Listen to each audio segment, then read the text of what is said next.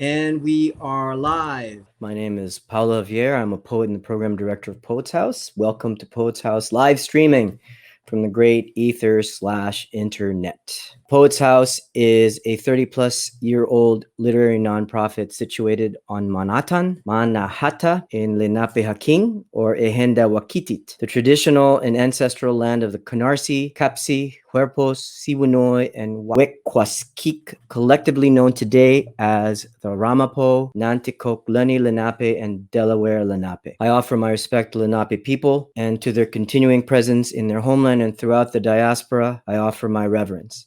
I wanted to welcome everybody to today's live stream Tuesday Talk Nature in Poetry with the great Bob Holman. This is a program that's sponsored with Battery Park City Authority, who hold a Tuesday Talks event series. Battery Park City Authority is actually Poets House's next door neighbor in Lower Manhattan on River Terrace. Both BPCA and POHO are really excited to be welcoming legendary slam poet, former Nuyorican Poets Café co-director, and Bowery Poetry Club founder Bob Holman for this midday reading and talk honoring the 50th anniversary of Earth Day. Holman's recent award-winning work in language revitalization will be showcased today with a screening of Khonsay, Poem of Many Tongues, which contains lines from 50 different endangered languages. Readings and discussions of original poems, as well as works of other poets inspired by nature, will highlight our connection with endangered species as we reflect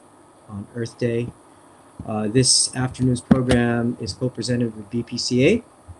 Many thanks to Doug Van Horn and BPCA for helping to make this program possible. Great neighbor. Bob Holman really needs no introduction. For me personally, he is a hero. He is a legend. He is an example of what restless poetics can really mean in any age, and what deep compassion and connection to humanity can serve for our planet at this time. And he's a pretty spectacular poet at that. So without further ado, I would like to welcome Bob Holman to our program today. Hello. Look, there's the two of us, Javier. There we are. Hello, and everybody, jump right into this. I'm here on the Bowery during the pandemic. Behind me is a painting of my wife's, Elizabeth Murray's. This one's called So Long, Marianne.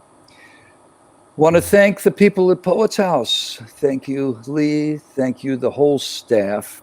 And also to thank the BPCA. When I take a walk these days, which is rare, once a week, I go over and walk down the promenade.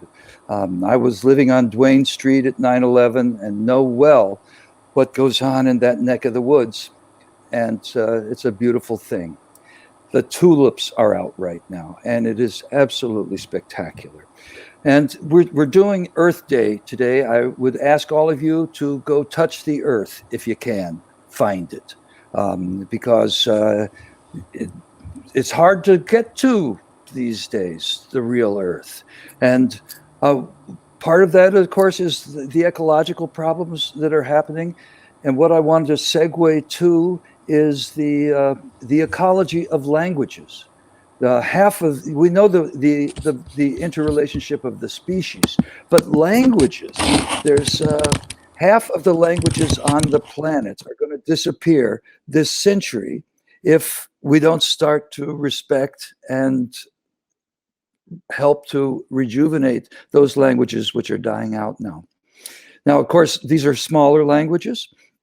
There's 7,000 languages on the planet. I think the film Khonsay that's coming up says there's 6,500. It's hard to describe the difference between a language and a dialect. You know, some people say that a language is a dialect with an army and a navy. And I happen to think that that's true. I wish I could hear the audience laughing, Paolo, because I'll be telling a lot of funny jokes here today. Languages are systems of consciousness. And to lose one is to lose, just like with a species, something that interconnects us all. They are encyclopedias of the land where they are, and the cures for diseases, the origins of cultures are right there in languages. So without further ado, let's take a peek at Khonsay, a poem in many tongues. Write down the name of the poet that really moved you, a poet that really moves you in that.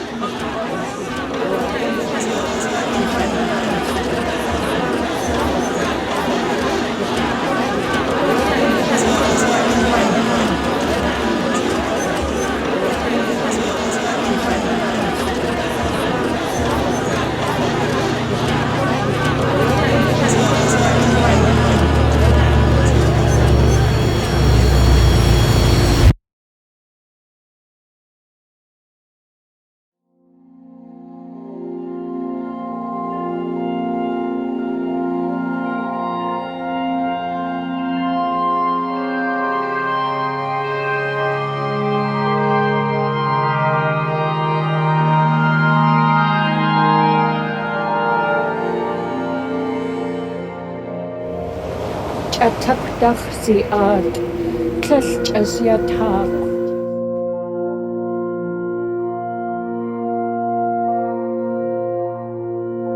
Lito buna kaleh metike.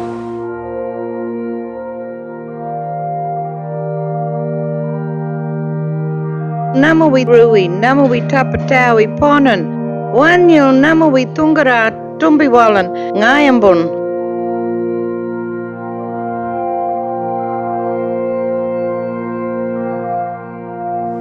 Ui sai chưa ta vậy hồi.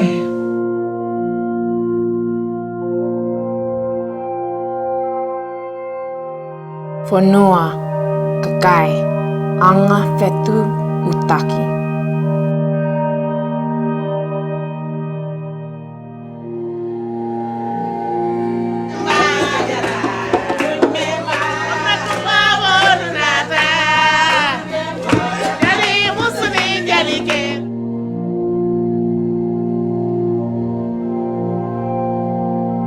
Mai cuma nangi ewa ilan kasuruan, apo ni mema intana.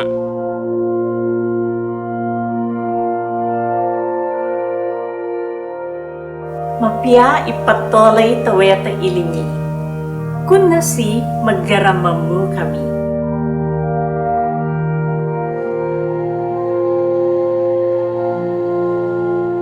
هذا نختار ثوم رحم لك تبخط ولا نرسو كل يدي جيم وشاهم ضخو ودفون هم زرف كنا ولا زوي دني على طيب تبو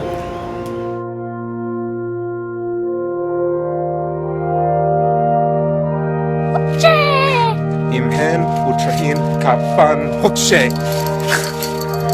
يسوع كينان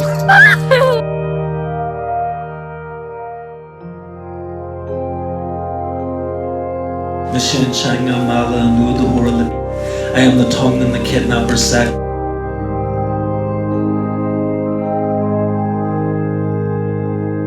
Simukufuluka kwabo banafulukanaga mihiso yakaziko banyindu barikelama mumira ndeto yetu y'ikinyindu yanagenda gigandagana.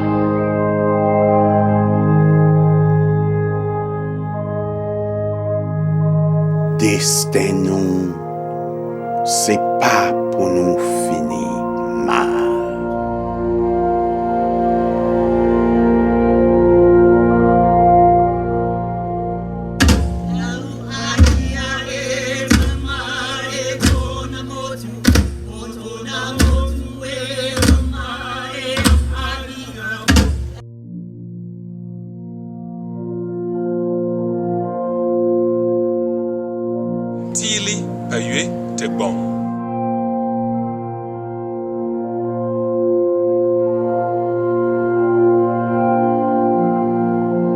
My name is Yagea. It means she remembers.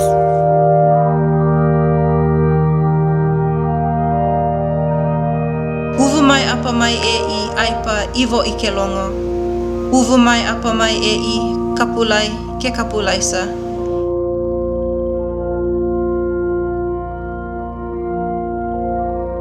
Kaya temal kaba yin ka kwara ko yin ko kwara.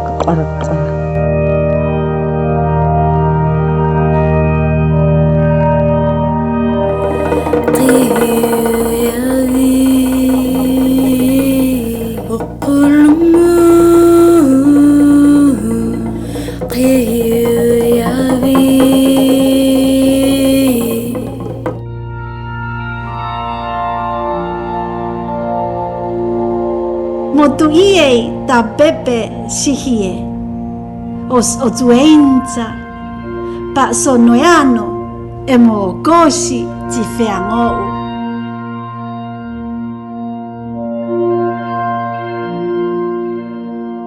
Turgun ai alin ochi hojekhe hojen bira ochi oboro oton.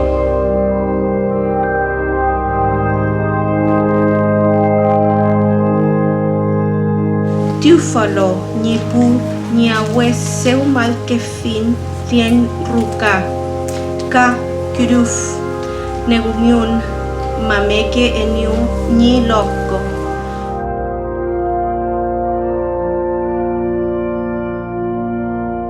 Holy bisa nashininak holy bisa nashininak Yako mente e bush koko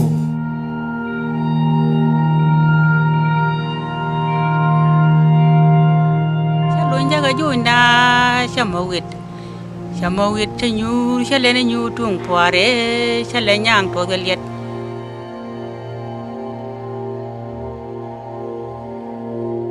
kan no bula ma bar bagan kan bermayanu kan ngajil kali gitu mulo ko dengan aja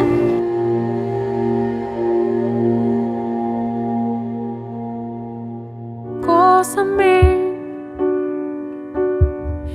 Yohtiko Piekanyuni ishate patavas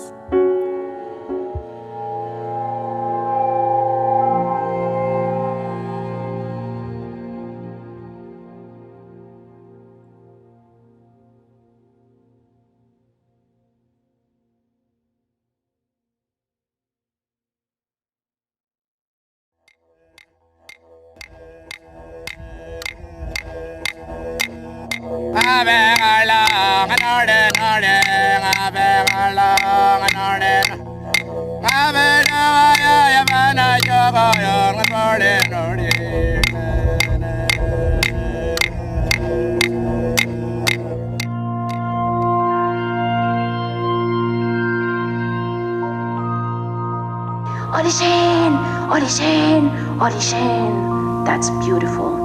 And then she would say, Yiben, disgusting.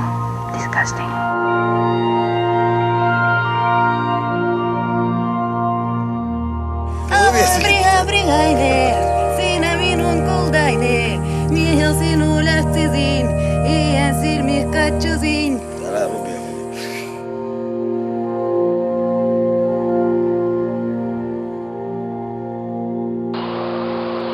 Jasinya beli lugela kami bahan mucia do yedru nedi undastri kira manu ini lukayaga mula wiyaga titi jasi titi jama bianda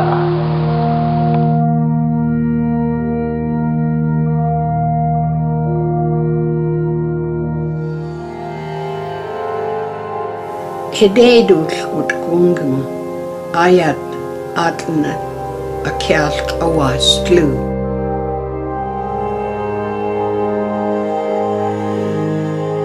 De bogan, de atkansen, sen mi medi mekedi. Kanja sen jok kansen, kanja surahan sen mi jirgem.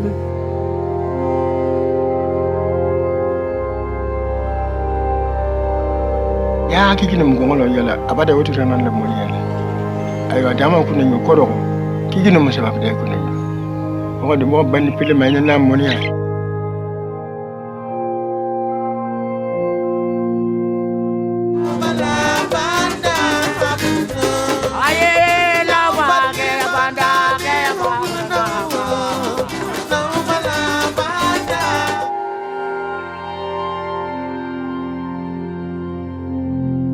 somewhere tomorrow. I'm coming back tomorrow.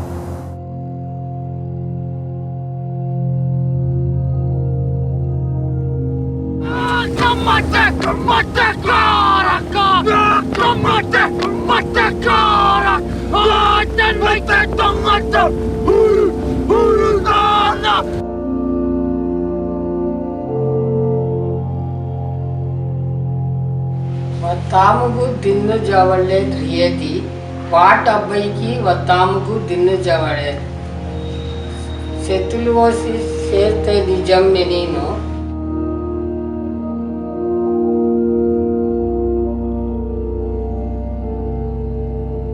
Hizkuntza zabatek ez du hormarik eraikitzen. Kolorez pintatzen ditu.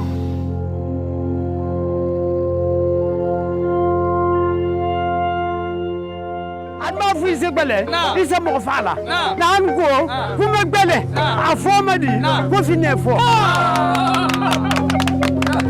afo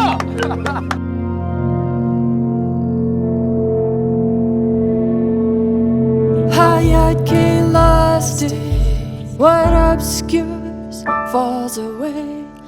Hayat ki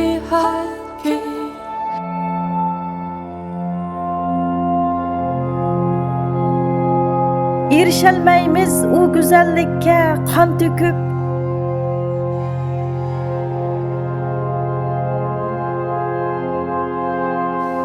Ne eya ya ne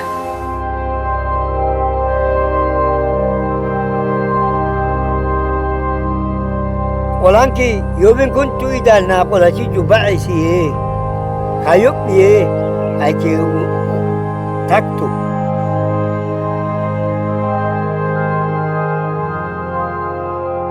Boha, mi yecha leakam jeule kila. Ole aku kilep namenahi. Ho. Oh.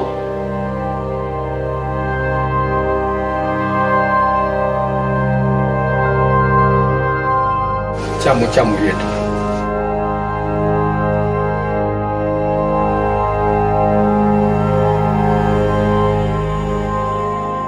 Nan balla ko talla bage bazardan balla ko talla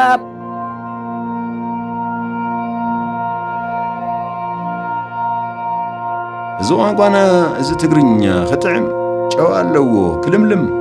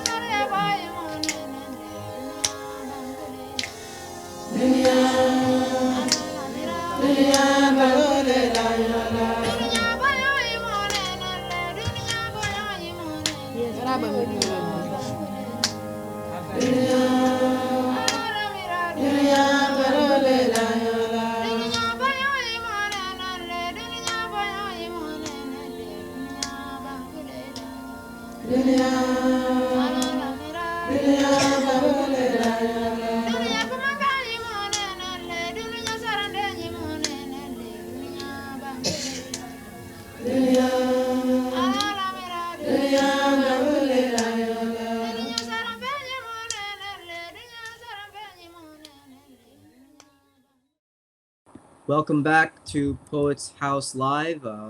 For those of you just joining us, we were just screening Khonsay, A Poem in Many Tongues, a short film, a vital film that was introduced by the legendary Bob Holman, who I'm so thrilled is joining us today for a fantastic lunch talk that is co-sponsored by the BPCA. Bob, so glad to have you in our program. Glad to be here. Thank you for screening that film. Maybe you could tell us a little bit more about that film. Sure. Well, first of all, it's a film, but it's also a poem, Paolo.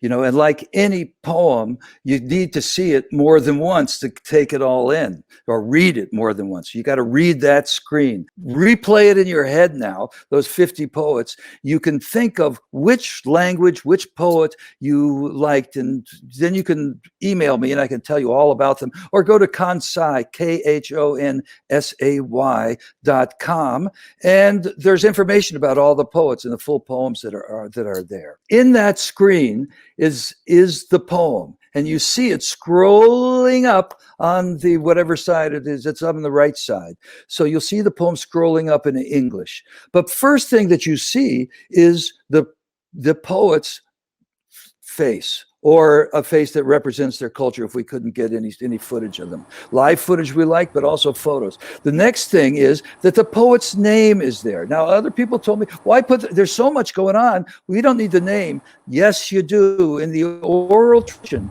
it's crucial that we hear the name of the speaker, because that's how you get the information. Up at the top is the language. The globe is spinning and shows you the location, and then the words come out in the mother tongue, which morphs into the bully language, English, and becomes the poem, because it's all stitched together like a kento, a poem that's created with lines stitched together. And that's the story of what you're looking at when you're reading the poem on your screen. What do you think, Paolo? I think like all of our viewers right now, I'm itching to hear you actually read from your reverse bully language filled poetry. Would you be so kind as to share your set with us? I would Bob love Holman, to everybody. share my set with you. Ladies and gentlemen, let me welcome Bob Holman and his terrific poetry to our program today. Thank you, Over to you, Bob. Paulo Javier, one of my best buds and a great poet. He's, you know, the way he gets the games, the video games into his poetry as mythic creations covers all of time. That's all I'll say about his poetry. Right now, I'm going to talk about Wendell Berry. Wendell Berry, to me, is the nature poet of the United States. He's living in Port Royal, Kentucky, and the farm that his family owned, and he is using draft horses to farm the land, just like his father and grandpappy did. I know about this because my brother was a horseshoer, shoed the horses, and I myself have my roots in Harlan, Kentucky, a place where the famous coal mining center of Kentucky. I'm going to read you a poem of Wendell's called Manifesto, the Mad Farmer Liberation Front. Love the quick profit, the annual raise, vacation with pay. Want more of everything ready-made. Be afraid to know your neighbors and to die. And you will have a window in your head. Not even your future will be a mystery anymore. Your mind will be punched in a card and shut away in a little drawer. When they want you to buy something, they'll call you. When they want you to die for profit, they'll let you know. So friends, every day do something that won't compute. Love the Lord, love the world, work for nothing. Take all that you have and be poor. Love someone who does not deserve it. Denounce the government, embrace the flag in that free republic for which it stands. Give your approval to all you cannot understand. Praise ignorance, for what man has not encountered, he has not destroyed. Ask the questions that have no answers. Invest in the millennium. Plant sequoias. Say that your main crop is the forest that you did not plant, that you will not live to harvest. Say that the leaves are harvested when they've rotted into the mold. Call that prophet. Prophesy such returns. Put your faith in the 2 inches of humus that will build under the trees every 1,000 years. Listen to carrion, put your ear close and hear the faint chattering of the songs that are to come. Expect the end of the world. Laugh. Laughter is immeasurable. Be joyful, though you have considered all the facts. So long as women do not go cheap for power, please women more than men. Ask yourself, will this satisfy a woman satisfied to bear a child? Will this disturb the sleep of a woman near to giving birth? Go with your love to the fields. Lie down in the shade, rest your head in her lap, swear allegiance to what is nighest your thoughts. As soon as the generals and the politicos can predict the motions of your mind, lose it. Leave it as a sign to mark the false trail, the way you didn't go. Be like the fox who makes more tracks than necessary, some in the wrong direction. Practice resurrection. Unlike many of Barry's poems that really are about nature and the idyllic Thoreau kind of appreciation of nature, that this one is more an activist. It's the mad farmer out in the middle of his field, her field. That's interesting, the way he goes into women there. Of course, that poem was probably written 40 years ago, but before the great feminist movements of now. So anyway, Wendell himself was arrested for sitting in against a strip mine, coal mine down there. I've been arrested. What can a poet do besides get arrested? I was arrested with Grace Paley once. That's a story. You know, we rode in the bus to the jail.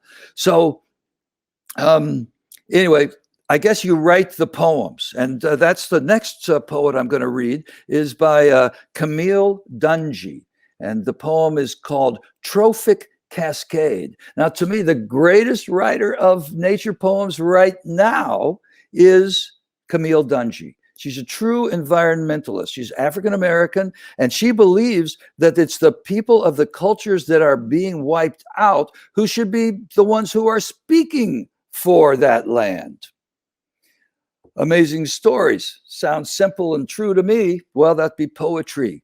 So I'm going to read Trophic Cascade. Trophic is the word for the loss of the top predator. If you lose the top predator, what happens to the land? And this is a poem that really does cascade through what happens when the wolf is reintroduced to Yellowstone Park. So I guess it's the reintroduction of the top predator that causes this cascade. Back and forth, you know, are we fighting for survival or extinction? See, right now in the pandemic, never mind, I won't go there. But anyway, here's Camille Dungey's poem, Trophic Cascade. After the reintroduction of gray wolves to Yellowstone and, as anticipated, their culling of deer, trees grew beyond the deer stunt of the mid-century. In their upreach, songbirds nested, who scattered seed for underbrush, and in that cover warrened snowshoe hare. Weasel and water shrew returned, also vole, and so came soon hawk and falcon, bald eagle, kestrel, and with them hawk shadow, falcon shadow, eagle shade and kestrel shade haunted newly buried runnels where deer no longer rummaged, cautious as they were now of being surprised by wolves. Berries brought bear, while undergrowth and willows growing now right down to the river brought beavers who dam. Muskrats came to the dams, and tadpoles came to the night song of the fathers of tadpoles. With water striders, the dark gray American dipper bobbed in fresh pools of the river, and fish stayed, and the bear who fished also culled deer fawns, and to their kill scraps came vulture and coyote, long gone in the region until now, and their scattered seed, and more trees, brush, and berries grew up along the river that had run straight and so flooded, but thus dammed, compelled to meander, is less prone to overrun. Don't you tell me this is not the same as my story. All this life born from one hungry animal, this whole new landscape, the course of the river changed.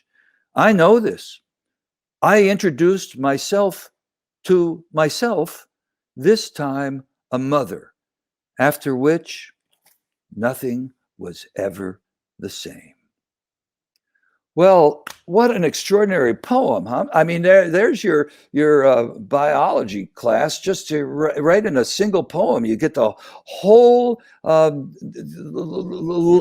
timeline of how nature can come back, and what language she uses to make that happen. Berries brought bear. Whoa, are you kidding me? You know, so, and then at the end, to bring that whole history of Yellowstone into herself, into Camille Dungey as a mother.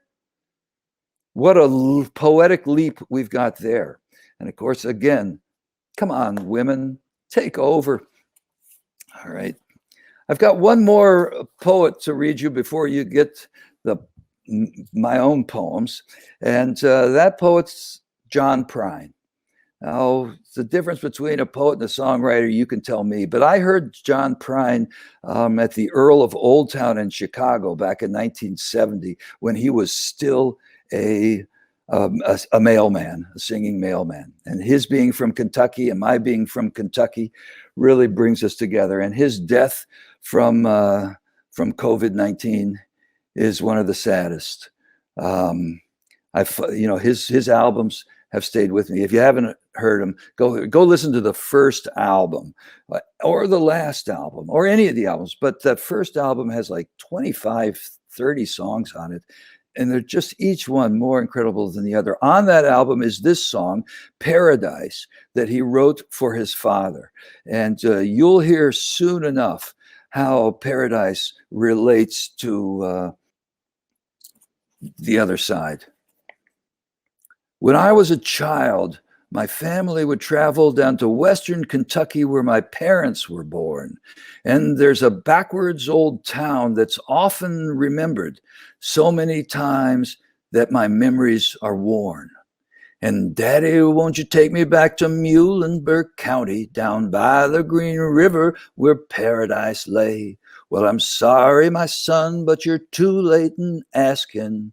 Mr. Peabody's coal train has hauled it away. This is the strip mining, of course. Well, sometimes we'd travel right down the Green River to the abandoned old prison down by Airdrie Hill, where the air smelled like snakes and we'd shoot with our pistols. But empty pop bottles was all we would kill. Then the coal company came with the world's largest shovel, and they tortured the timber and stripped all the land. Well, they dug for their coal till the land was forsaken, and then they wrote it all down as the progress of man. When I die, let my ashes float down the Green River. Let my soul roll on up to the Rochester Dam. I'll be halfway to heaven with paradise waiting, just 5 miles away from wherever I am. Oh, Daddy, won't you take me back to Muhlenberg County, down by the Green River where paradise lay? Well, I'm sorry, my son, but you're too late in asking. Mr. Peabody's coal train has hauled it away. Well, And it's the true story of so much of Kentucky, of the South, of all the coal mining regions. You wouldn't recognize Paradise now. The world's largest coal shovel is still there. By the way, the mine is finally going to close down the end of this year. John didn't make it to see that, but he sure did predict it. I wonder if they're going to let his ashes flow down the Green River. I bet they do. Well, folks, I'm going to just segue on over to a few of my own poems. I've got 2 books out right now. They came out last December. The Unspoken and Life Poem. They were written 50 years apart, but I suppose Paolo and I will go into that kind of hoopla. Right now I want to read a poem that I'll segue through Earth Day with my ecological manifesto. Pardon me, Wendell Berry, who's such an amazing man. So here's a poem, We Are the Dinosaur, that's off of my first album, which is called In With the Out Crowd, which I guess we all are here today. And which was produced by Hal Wilner, who's another person who died of coronavirus. Hal was the glue of the music scene of New York. Maybe you saw the tribute to him on Saturday Night Live a week ago when they did their at-home edition. But everybody misses Hal, from Tom Waits to the newest poet on the block. He covered all musics. He worked with us on Mouth Almighty Records. And this one goes out to Hal. We are the dinosaur. Blast open the gates to kingdom come. Whoops, what happened to everyone? I planted a seed, grew into a gun. Dum, da dum, dum, dum, dum, dum. Life is a riot, living in a cartoon. Ice Age in a dumpster. That's our living room. Set fire to your roof, get a better view. Global warming is a warning. Toodaloo. We are the dinosaur. We don't live here anymore. We got what we were asking for. Follow the dinosaur! Ho, ho, homo sapiens. You ain't so smart. Kamikaze friends. Which way is the ark? Oh, the whole world's dialing 911. The don't walk sign just changed to you better run. What we've been waiting for has long since come. Dum, da dum, dum, dum, dum, dum.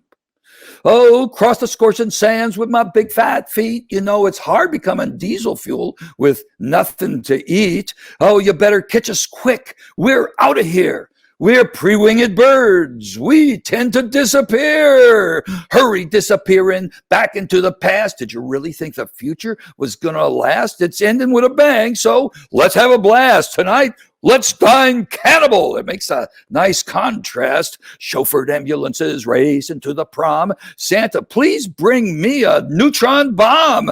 Recycle the planet before the Earth is a grave. But could you excuse me? I need to get back to my cave.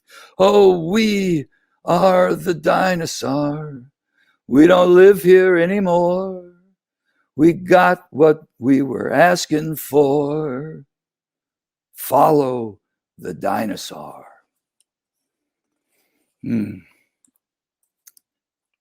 What other direction is there, right? Okay, I'm going to take a little sip or two to remind us of the water crisis that's going on. What isn't the crisis that's going on as we sit in our quarantines and try to institutionalize the internet with busyness? But do we take the time, the moment, to think of the new days and what we want them to be, and how the planet is talking to us and telling us, if you again do it, you got to stay in those things you build, and you can come out. It's like they've sent us to our rooms. Nature has sent us to our rooms, and we can come out when we agree to be good folks, good little girls and good little boys. Okay, I got some short poems for you, and maybe they'll help us to give us some meditation points. They're scattered all through the book, The Unspoken, and I've never really taken them out and said, okay, this is a thing. These are the poems that should be on the subways, right? So I'll read them for you. You can read them with me if you want. Relationship. In order to save the relationship, we will never see each other again.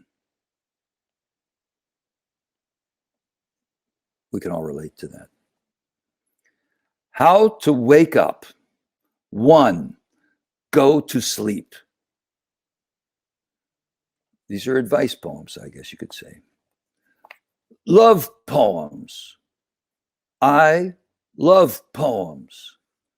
Well, it's just, you know, you got a title and then you just add one letter to it, I. So love poems changed to the love as a noun changes to a verb, but just by the addition of a word. Poets really, you know, what a job. Night fears.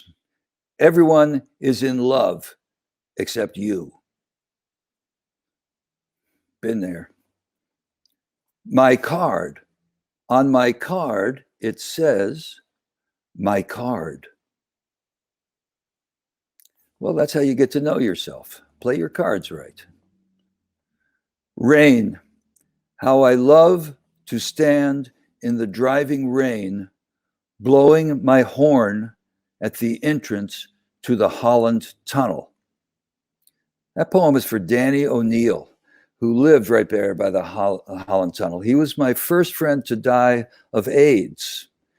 And I would stand out there. Before we'd have meetings, he helped me get started in poetry videos. He said to me, what did you think about putting poetry on television? And I reached back to slug him and stopped because I realized that TV, which I always thought of as the enemy back here in the early 80s, actually, what if you could turn on the TV and see a poem?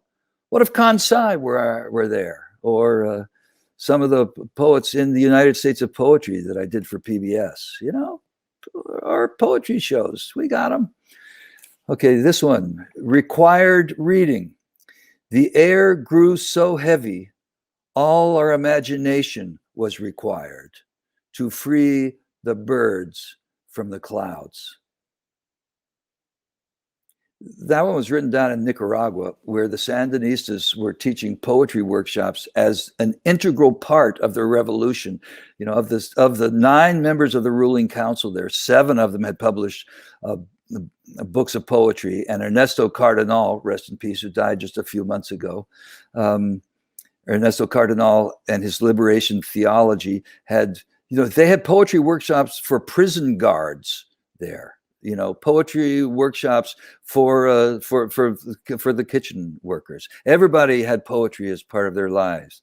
You know, Ruben Darío was the poet, was one of the founders of Nicaragua when the culture finally came back. Night put on its enormous hat and began to imitate me behind my back.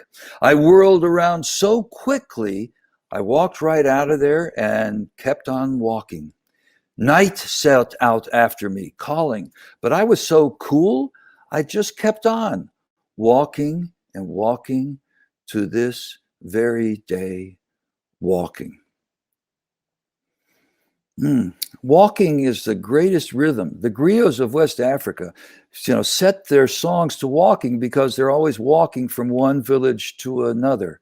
And the hat here, this poem was also written in Nicaragua.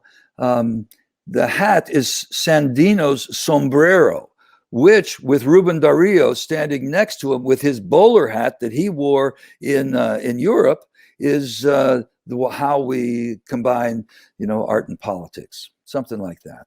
Anyway, walk around inside your hat. And now, saying goodbye, in which we'll say goodbye to these short poems. Now you're giving wine to the horse. Why did I ever ask you for directions? You ask me? Why, I ask you. Who's the guide around here anyway? Surely we're not lost. Are we lost? May we never go back. May we never be found. I'll just read the first part of Life poem, which I wrote when I was, from the time I was 19 to 21. Desperate now, I started to write down everything that comes into my head. I just lay it out right here as if the lined paper had become some sort of garbage disposal, accepting and grinding everything I can throw out. If this were a giant baseball game, this paper would be Willie Say-Hey Mays, great center fielder, making deliciously slow basket catches of every ball hit by every batter in either league. Well, let's just leave it there with Willie Mays. What could possibly be a better image for anything? Willie Case making a basket catch. Come on. Come back, Paolo. Great. Come back. Thank you so much, Bob, for your poetry and for your generous selection of such a wide-ranging group of poets. Personally, I'm a big fan also of Camille Dungey. She's presented at Poets House, and she was actually scheduled to be a part of our program focusing on poetry organizations and field work. But unfortunately, as you know, I came very close to meeting Camille in Darwin, Alaska. Which is the furthest north point in the United States. She was there right before I was, and we didn't cross paths. But if there's any place that you want to be with Camille, it would have to be in Darwin, Alaska. She's a true environmentalist. She understands, she understands science and poetry as if it were a single thing. Yeah, and she, of course, is also the much deservedly celebrated editor of Black Nature. Really important anthology of great anthology poetry and nature writing, and I mean that's real truth right there. That's real talk. So Bob, congratulations on your new books. I think I wanted to talk about, these are really interesting books because you have a book that was written decades ago called Life Poem, and you have a book that spans decades as well, but not as many decades. And they're both really different in terms of the aesthetics and your influences, right? And I think this just sets me up for my question about your vision for the role of the poet, which I think the visibility that you privileged for poets being captured on film, recording the readings, right, making sure that endangered languages right now are getting visibility, right? You were doing a lot of this work before the Instagram generation, right? And before having a camera on your phone made poets so much more accessible to each other and to the public. Maybe you could just talk about where you are drawing from in terms of this very public role of the poet. Well, I'm drawn from what poetry has been for tens of thousands of years. For 30 to 40,000 years before the invention of writing, there were still poems, and the poems were being talked and sung by the poets and by everybody else, and I still see the orality of poetry as carrying the essence of the poem. The poem can exist on a printed page. It can exist on newsprint. It can exist in a leather-bound volume. Every way that the poem comes at you, it's going to be a different experience, but the poem is always there. When the poet reads the poem, then she's got the last word. you know. It's interesting, that verb to read, because it still means, we think of it, oh, you pick up the paper, you read it.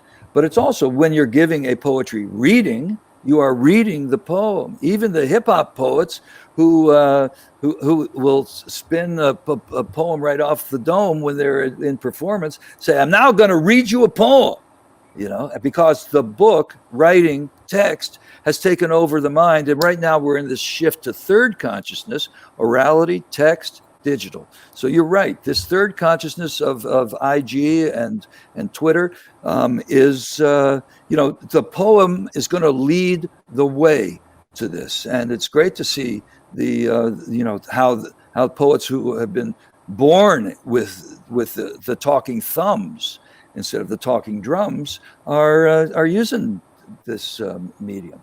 But poets got to be out in front of it, leading it. What I also wanted to say about your two books, The Unspoken and Life Poem, is that Life Poem is from a much early phase of your poetics. When you're really young and you have an image of yourself, a very young Bob Holman, right? You grew up in Kentucky, and I would also want to hear about what that was like. And you're the child of an immigrant family. But your other book, The Unspoken, is full of praise poems and elegies, right? And in many ways, it's a poem that is marked by deaths and remembrances, but still filled with the same vitality of voice that we have come to, you know, look for in your poetry. Could you talk about your trajectory as a poet? And this could span an entire program in itself, but the relationship between Life Poem and The Unspoken. What is unspoken about these two books? Why publish them simultaneously?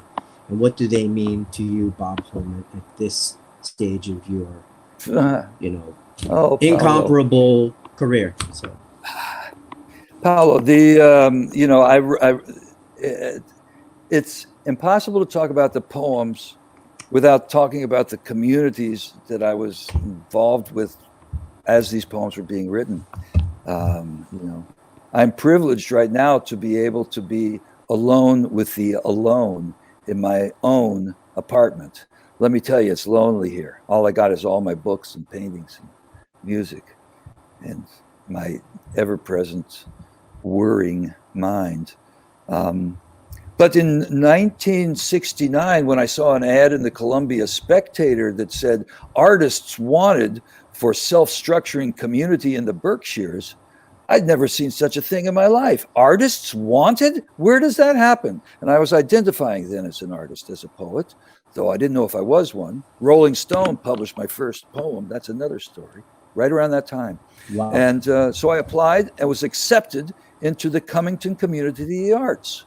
And when I got there and was living amongst all these artists from different disciplines, I'm still in touch with a bunch of them. It was an incredible time. Sometimes I read this book showing a film of Abbott Meters behind me, that's sort of that overlapping avant-garde, Jonas Mekas color in black and white that really, and shows the hippies that we were back in those days, not the hippies that we are today. And but I got the idea, okay, as long as I'm being a poet, I might as well write a book. And I loved Patterson and the cantos. So I said, well, I'll write a book-length poem. And what I wrote, a book-length poem, was just like I started the first line. Desperate now, I've decided to write down everything in my head. And that's what I did. And at the end of it, I say, this life poem jogs along on the tip of your eyelash, your witness. So anyway, it's a fun book, and it's a young man's book. It's a book of a young man falling in love with poetry. And I got to say, I've been falling in love with poetry ever since, you know. An assistant of mine, Sam Ohana, was looking through a bookshelf, and he said, hey, what about this manuscript? What's this? And it was Life Poem. I've been working for a few years on putting together The Unspoken. I said, wow, this is the perfect, you know, how he comes and says, death is no parenthesis. Well, I said, well, let's put a parenthesis around this. Let's bring out this book, which I sent into a contest there when I was 21 years old. And I got second place to Jim Harrison. I couldn't believe it. And I just put the book on a shelf and left it there. Never read from it again. But that then, when I just talked to Otto Bars at YBK Publishing, who's the publisher of Bowery Books. These are the 12th and 13th books to come out from Bowery Books. And he said, okay, let's put the two of them out simultaneously. Nobody has ever done that before. So that's also a job of the poet, to do that which nobody has ever done before, at least that I know of. You know? The unspoken. Well, maybe you could tell me a little bit more about the unspoken, right? What? Okay. I mean, I have a lot that I can say. There's a lot that I can say about the unspoken, but I'd rather hear what you have to say. Well, I'd rather hear what you have to say, because, as you know, at one point you were the editor of that book. I think at one point everybody I know was the editor of that book. But you're the only guy who told me to change the title from the unspoken to the UNSPOKN, you know, unspoken. Oh, UNSPKN, the unspoken. That's you. Condense the condensation. Because the book was originally titled Bob Holman and the Spoken Word Movement.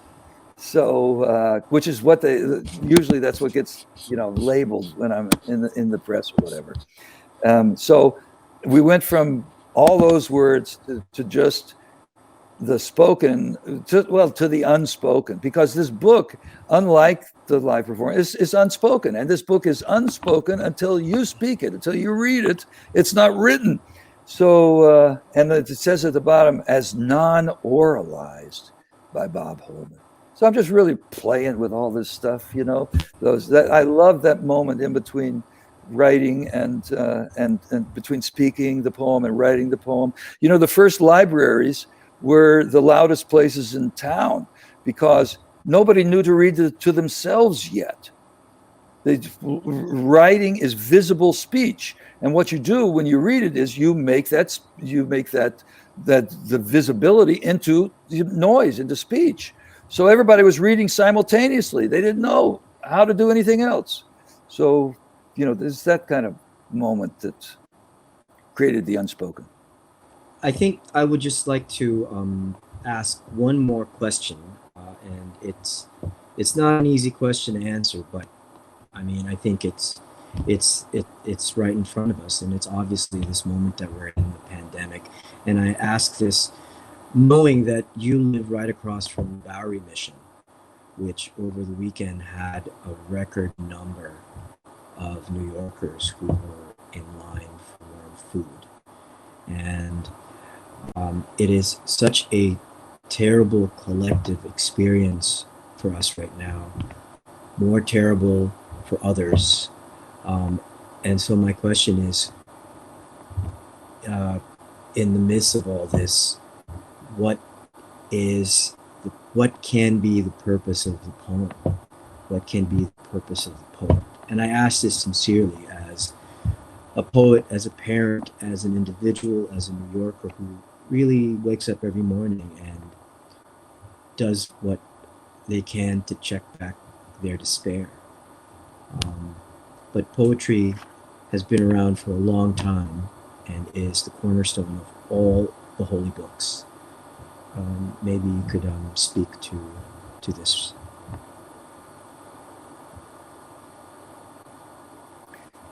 Plagues and wars are the topic of poems.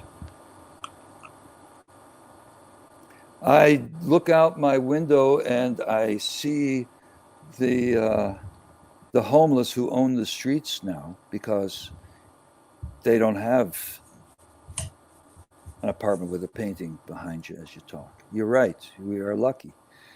And the Bowery is very lucky that the service organizations that were here when it was called the Bowery Bums were living here. The men who couldn't find work, who were drinking themselves into oblivion as a life, So the Bowery Residence Committee is right across the street from me, and the Bowery Mission that you were talking about, which is the longest running service organization for homeless, is just down the street. And Dorothy's Days Catholic Worker is a block away, right on First Street where I live.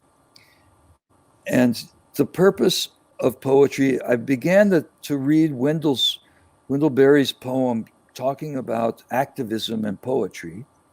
And various times I mentioned, with Camille, how the poem and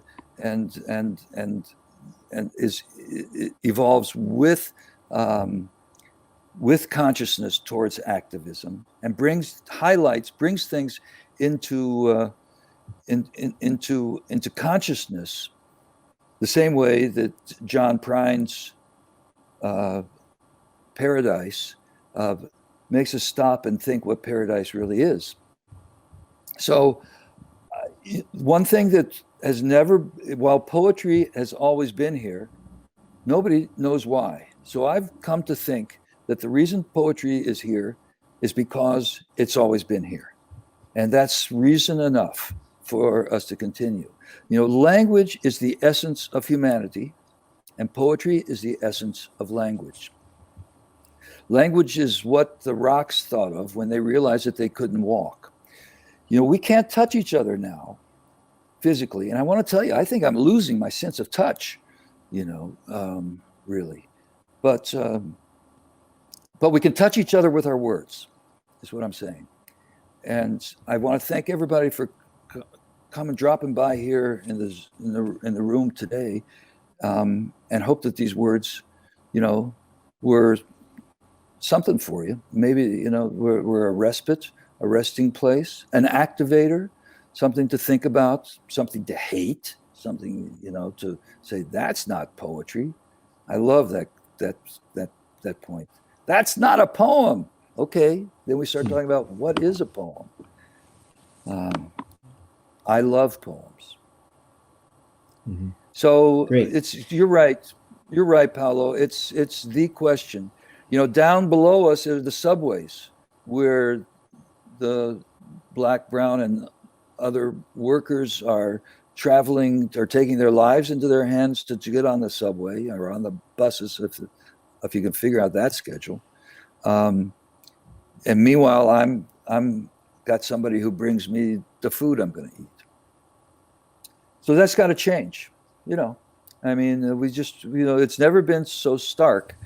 And we like watching Governor Cuomo because he acts like the daddy that we want to have talk to us. But the fact that, he would not listen to the progressive members of the assembly when they wanted to open up the means of funding. And I'm very grateful, Governor Cuomo, for the funding of the New York State Council on the Arts. And I've worked with the New York State Council on the Arts for a long time. It's fantastic. And the Department of Cultural Affairs here in New York is what funds the Poemobile. And I'll give my disclaimers right now. But when the idea of going to where the money is, the corporations and the billionaires, and saying, okay, we're really going to take this seriously now because we really need to get this money, and we're going to get the money right now. And that's what the progressives in the assembly were trying to do, like our guy Harvey Epstein from our district here.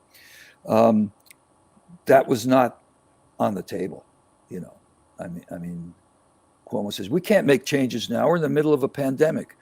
That's when we make the changes. We should be making the changes. And nowhere have I seen the battle in Albany over the budget, because it was so amazing that we got a budget passed even, in the past. It's been so locked up. So I'm off the point, but let me tell you, I'm totally on the point. The point is now, right? And the point is now what future we're going to be living in, and how can we make that happen? How can we get out the vote in November and try to make change? How can we, whatever? Who knows what's going to happen here?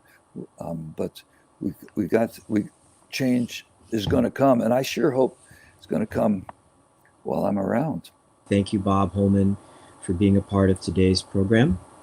Everyone, please check out bobholman.com, where you can gather more information about our legendary guest today. Check out Bob's 2 recent collections, The Unspoken and Life Poem, to really just affirm our belief in the power of poetry. Thank you, BPCA, for co-sponsoring today. And Bob, be safe, and I will see you soon. Toodaloo. And that was the great Bob Holman. Many thanks to Bob for being our guest today. This Lunch Talks program that we are incredibly proud to be co-presenting with BPCA. And thank you to Doug Van Horn for being such a vital partner in helping to make this possible. Thank you to my team at Poets House for realizing this broadcast. Thank you to In Concert Studios. Thank you to Nick Buffin for the incredible work. I'm grateful to all my colleagues for your support. It is Earth Day today. I cannot second Bob's wish enough. Let's go outside at some point today, throughout the week, and recognize our great mother.